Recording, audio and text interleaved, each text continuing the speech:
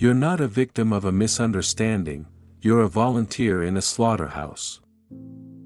Let that sit until it burns. You keep bringing evidence to a person who already knows they're guilty. You've turned your life into a courtroom where the judge is the one who robbed you, and you're still surprised when the verdict never changes.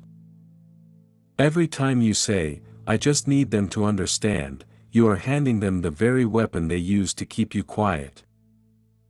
They don't need another lecture on empathy.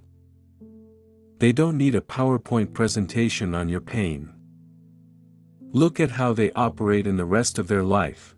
They can be charming, punctual, and disciplined when there is a profit involved.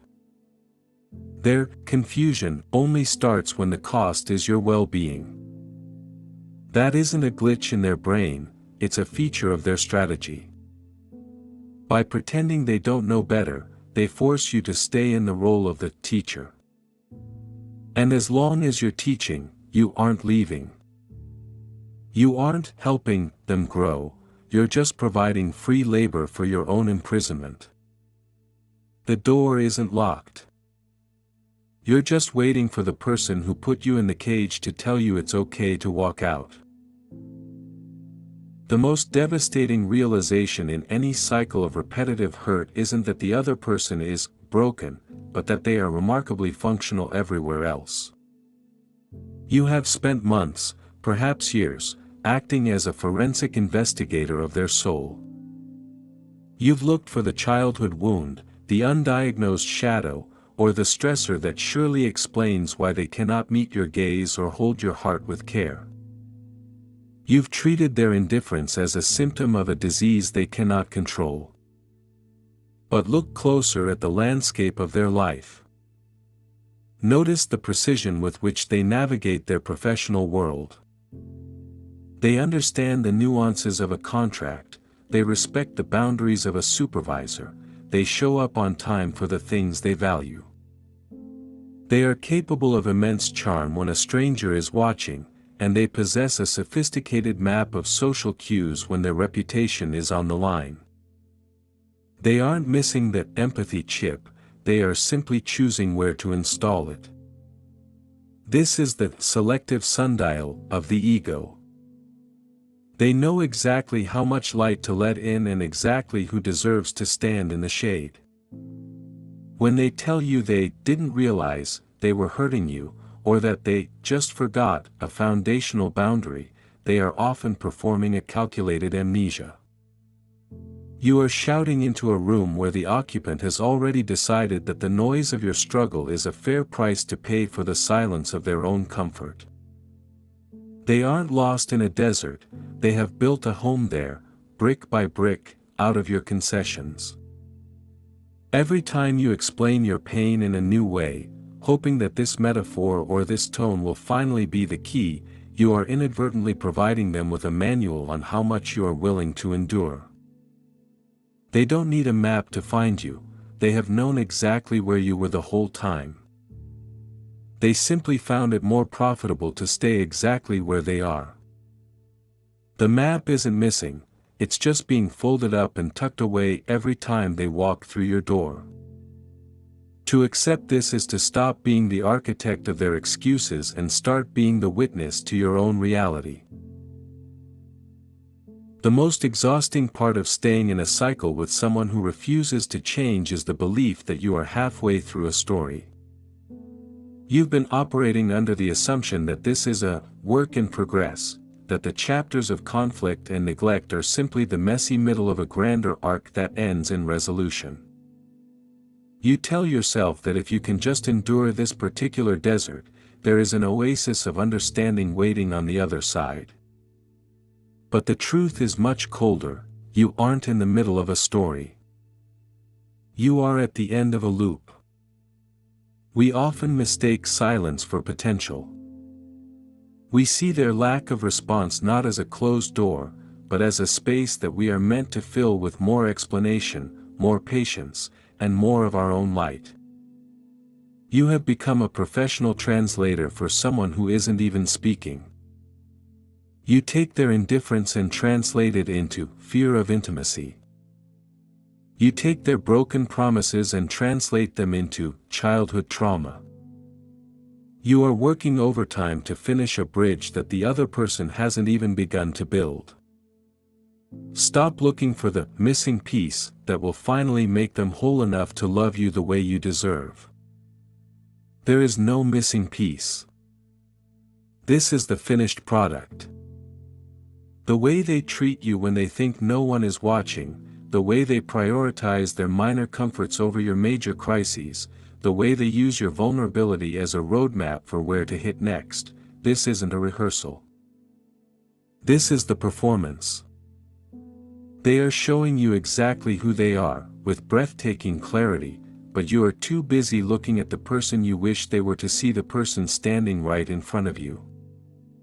When someone shows you that your peace is a negotiable currency, believe them.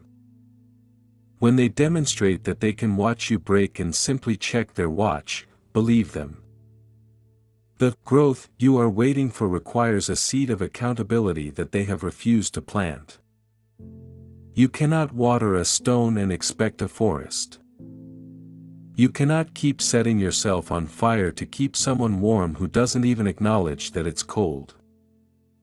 The hardest thing you will ever do is put down the pen. You have to stop trying to write a better ending for someone who is perfectly happy with the current script. They aren't unfinished, they are simply finished with the version of the story where they have to be the hero. They are comfortable in the role of the victim or the bystander, leaving you to play the villain or the martyr. Walk away from the drafting table.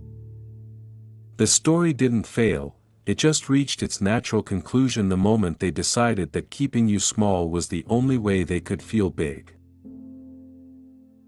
The most haunting part of the aftermath isn't the presence of conflict, it's the sudden, echoing weight of the absence. You've spent so much time managing the crisis, predicting the mood swings, and bracing for the impact of their indifference that you've forgotten what it's like to stand in a room that isn't tilting. You've been an elite athlete in the sport of emotional survival, and now that the game is over, the silence feels like a threat. This is the inventory of the void. You look at the years you spent building a cathedral for someone who was perfectly happy living in a shack. You count the apologies you gave for sins you didn't commit. You look at the compromises that were actually just slow-motion surrenders.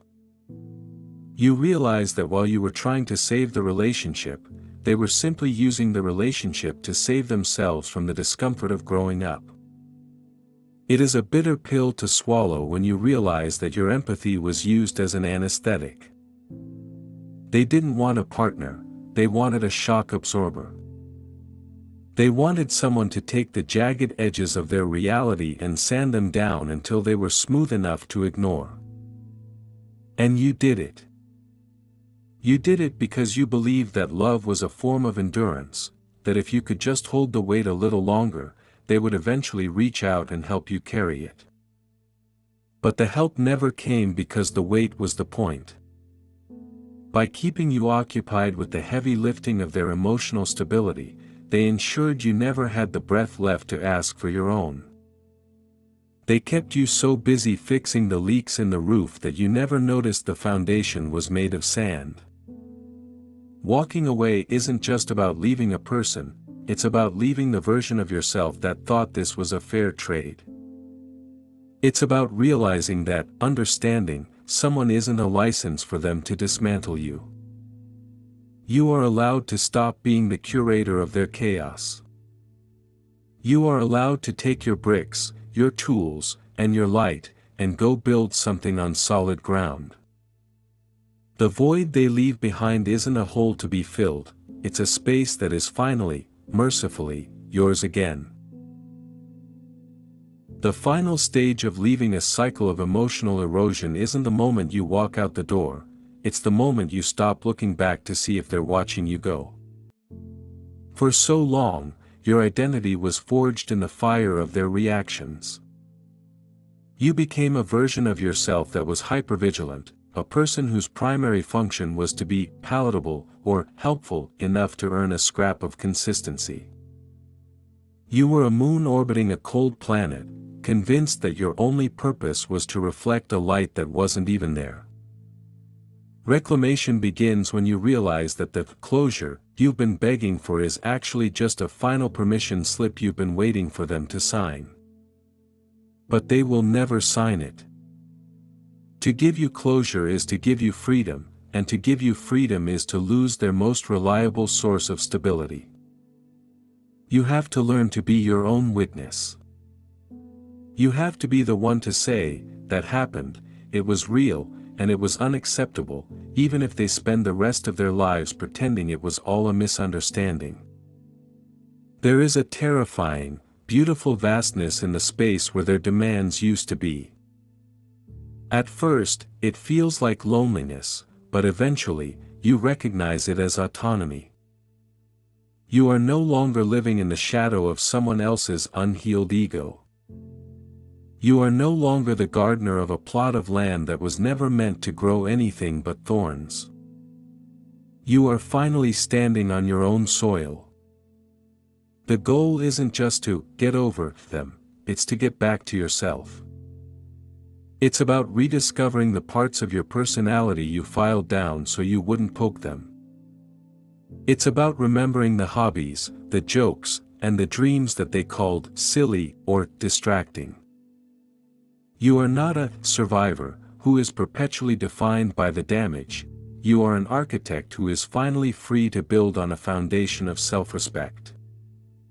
The horizon is no longer a boundary they set for you. It is a wide-open invitation. You don't need their map, their validation, or their apology to move forward. You only need the quiet, steady realization that you were always enough, even when you were being told you were too much. The sun is setting on that version of your life, and for the first time in a long time, the coming darkness isn't something to fear, it's just the quiet before a different kind of dawn. The landscape hasn't changed, but your position in it has.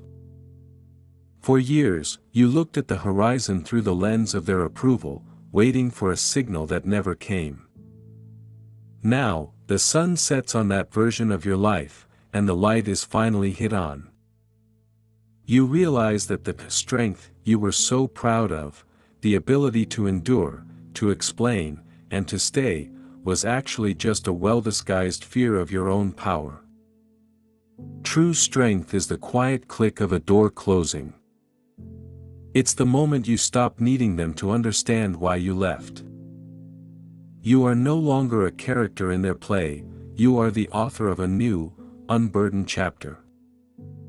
The desert is behind you. The weight is gone. For the first time, the air is clear, the path is yours, and the silence isn't an absence, it's a beginning.